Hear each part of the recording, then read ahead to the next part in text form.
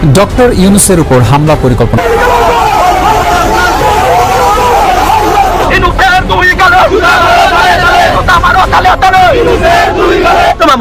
অপমান করবেন ব্রিটেনে, we are watching it.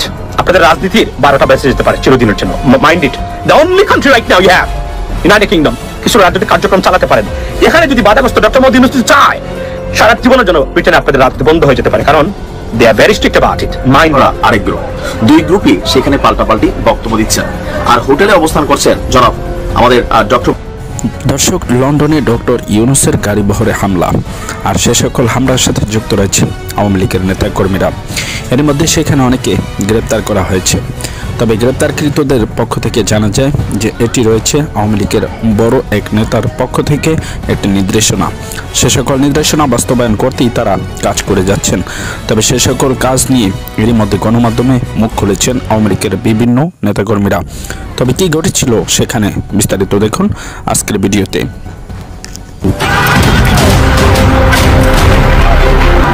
Doctor ইউনূসের উপর হামলা পরিকল্পনা।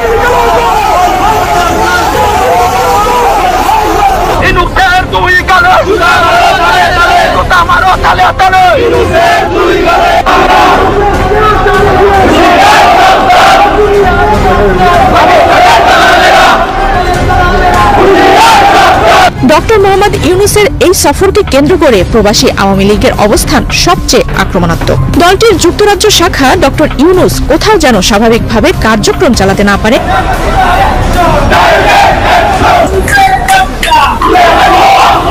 লন্ডনে পৌঁছানো মাত্রই আওয়ামী লীগের নেতা কর্মীদের তীব্র রোষে মুখে পড়েছেন ডক্টর ইউনূস। এই সময় ডক্টর ইউনূসকে উদ্দেশ্য করে বিভিন্ন স্লোগান দেয় আওয়ামী লীগের নেতা কর্মীরা।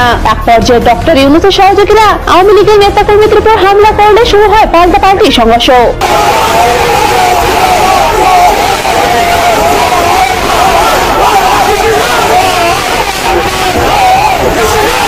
আওয়ামী লীগের নেতাকর্মীরা জানিয়েছে, ডক্টর ইউনূস যে অবৈধ সরকার এবং ষড়যন্ত্রের মাধ্যমে ক্ষমতা এসেছে এ বিষয়ে সম্মানলিপি জমা দিয়েছে যুক্তরাষ্ট্রের প্রধানমন্ত্রীর কাছে।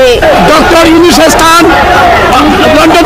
ইউনূসকে অবৈধভাবে আমাদের এই বাংলাদেশে ডেকে বসেছে ইউকে হিউম্যান রাইটস কমিশন ইন্টারন্যাশনালের পক্ষ থেকে মাননীয় ব্রিটিশ প্রধানমন্ত্রী স্যার কিয়ার স্টারমারের কাছে আমরা স্মারকলিপি দেওয়ার জন্য এসেছি। আসসালামু আলাইকুম। যে দৃশ্যটা দেখছেন সেটা হচ্ছে আজকের দিনে যুক্তরাজ্যের দৃশ্য। আমরা দুইটা পার্টির অবস্থান দেখছি। একটা পার্টি হচ্ছে বাংলাদেশ আওয়ামী লীগ এবং তাদের যারা সমমনা অনুসারী আছেন তারা, অপরদিকে ডক্টর মোহাম্মদ ইউনূসকে স্বাগত জানিয়ে আনন্দ মিছিল করা আরেক গ্রুপ। দুই গ্রুপই সেখানে পাল্টাপাল্টি বক্তব্য দিচ্ছেন আর হোটেলে অবস্থান করছেন জনাব আমাদের ডক্টর মোহাম্মদ ইউনূস। যুক্তরাজ্যের মাটিতে এমন দৃশ্যপট ঘটবে সেটা আগে থেকেই আইডিয়া করা হয়েছিল, কারণ সজীব ওয়াজেদ জয় তিনি আহ্বান জানিয়েছিলেন বাংলাদেশ আওয়ামী লীগের নেতাকর্মীদেরকে তারা যেন সেখানে গিয়ে প্রতিবাদ করে, বিক্ষোভ করে। ইভেন চিন্ময় দাসের অনেক অনুসারী যারা আছেন তারাও কিন্তু সেখানে আজকে প্রতিবাদ বিক্ষোভ করেছেন যে চিন্ময় দাসকে অন্যায়ভাবে আটকে রাখা হয়েছে। এই যখন প্রেক্ষাপট বাংলাদেশেও ঘটছে নানান ঘটনা, আজকের দিনে আপনি গণমাধ্যম জুড়ে যদি দেখেন ডক্টর মোহাম্মদ ইউনূসের বিপরীতে বিশাল একটা গণমত জনমত মিডিয়া প্ল্যাটফর্মে কিন্তু আমরা দেখছি। অপরদিকে রাতারাতি অনেকটা হিরোতে পরিণত হয়েছেন সাবেক রাষ্ট্রপতি হামিদ খান, কারণ তিনি বাংলাদেশ ছেড়ে গিয়ে আবার যে বাংলাদেশে ফিরে আসছেন, এই যে তার কামব্যাকটা, কেউ কেউ বলছেন যে এটা রাজনীতিতে একটা মাইল ফলক হিসাবে কি বলা হচ্ছে। এই মুহূর্তে বাংলাদেশ আওয়ামী লীগের নেতা কর্মীরা যখন প্রতিদিন বাংলাদেশ ছেড়ে পালাচ্ছে, অনেকের নামে মামলা হয়েছে, হামিদ খানের নামেও মামলা হয়েছে, তারপর তার এই বাংলাদেশে কামব্যাক করাকে অনেকে বলছে যে ডক্টর মোহাম্মদ ইউনূসের চেয়েও তার জনপ্রিয়তা এখন আরো বেশি। আসলে কি ঘটছে? একদিকে সাংবাদিক ইলিয়াস তিনি ডক্টর মোহাম্মদ ইউনূসের বিরুদ্ধে শক্ত অবস্থান নিয়েছেন। অনলাইন অ্যাক্টিভিস্ট ডক্টর তাজ হাসমি কড়া ভাষায় ছাত্রদের সমালোচনা করছেন, ডক্টর মোহাম্মদ ইউনূসেরও সমালোচনা করছেন। ডক্টর মোহাম্মদ ইউনূসের যুক্তরাজ্য সফর ঘিরে আরো রয়েছে বেশ কিছু, হয়তোবা আমরা চমক দেখতে পাবো। আমরা যখন নিউজটি করছি অলরেডি তিনি একটা মিটিং এ আছেন, সম্ভবত এয়ারবাস যে ফ্রান্সের কোম্পানি, সেই এয়ারবাস কোম্পানির সাথে সেখানে তিনি বৈঠক করছেন, নাকি যুক্তরাজ্যের কোম্পানি আমি এটা ভালো জানি না, তবে তাদের সাথে সেখানে একটা বৈঠক হচ্ছে। আসলে কি ঘটতে যাচ্ছে? এই দৃশ্যপট যখন আমরা দেখছি তখন মনে পড়ে যাচ্ছে যে যখন এর আগে শেখ হাসিনা তিনি ইউরোপ আমেরিকার কোন দেশে সফর করতেন তখন সেখানে একইভাবে বিএনপি এবং জামাত ইসলামের নেতাকর্মীরা যৌথভাবে শেখ হাসিনার বিরুদ্ধে সেখানে স্লোগান তুলতেন, বিপরীত দিকে আওয়ামী লীগের নেতাকর্মীরা আবার তাকে স্বাগত জানানোর জন্য সেখানে অবস্থান নিতেন। কোন দৃশ্যপটই কিন্তু পজিটিভ না। তবে ডক্টর মোহাম্মদ ইউনূসের জন্য আমার কাছে মনে হচ্ছে হঠাৎ করেই সবকিছু খুব দ্রুত পরিবর্তন হয়ে যাচ্ছে। ওনার যে নির্বাচনের সময়সূচি ঘোষণা বা টোটাল টাইম ফ্রেম সবকিছু নিয়ে বিএনপিকে শত্রুতে পরিণত করা, এই সবকিছুর লাস্ট একটা সমাধান হয়তো এই লন্ডন সফর থেকে পজিটিভ হইতে পারে, নেগেটিভ হইতে পারে। কেউ কেউ বলছেন যে তার এই যুক্তরাজ্য সফরে জনাব তারেক রহমানের সাথে সাক্ষাৎকারী নির্ভর করবে আগামী দিনে তিনি যে বিশাল জনসমর্থন পেয়েছিলেন বা প্রত্যেকটা রাজনৈতিক দলের যে সমর্থন পেয়েছিলেন সেই সমর্থন কি থাকবে, নাকি ওনার পরিণতিও বিএনপির ভাষায় যে 5ই আগস্টের মতন আরেকটা দৃশ্যপট তৈরি হতে পারে। আপনার কি মনে হচ্ছে যে আসলে পরিস্থিতি কোন দিকে যাচ্ছে? নির্বাচনকে কেন্দ্র করে এপ্রিলের যে টাইম ফ্রেম, শুধুমাত্র এনসিপি ছাড়া জামাত ইসলামও কিন্তু আস্তে আস্তে সুর বদলাচ্ছে।